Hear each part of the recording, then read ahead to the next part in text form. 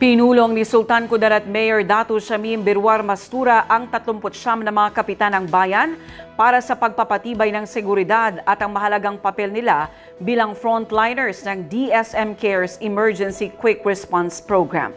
Ang kwentong DSM Cares sa report. Sa layuning pagtibayin pa ang seguridad at ang mahalagang papel ng mga barangay kapitan bilang frontliners ng DSM Cares Emergency Quick Response Program, ipinatawag ni Sultan Kudarat Mayor Datu Shamim Mastura ang 39 na mga barangay kapitan ng bayan.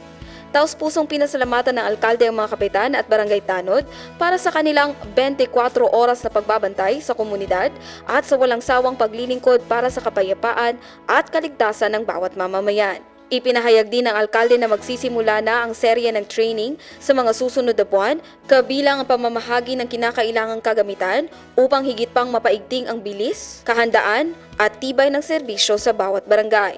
Jen Garcia, iMinds, Philippines.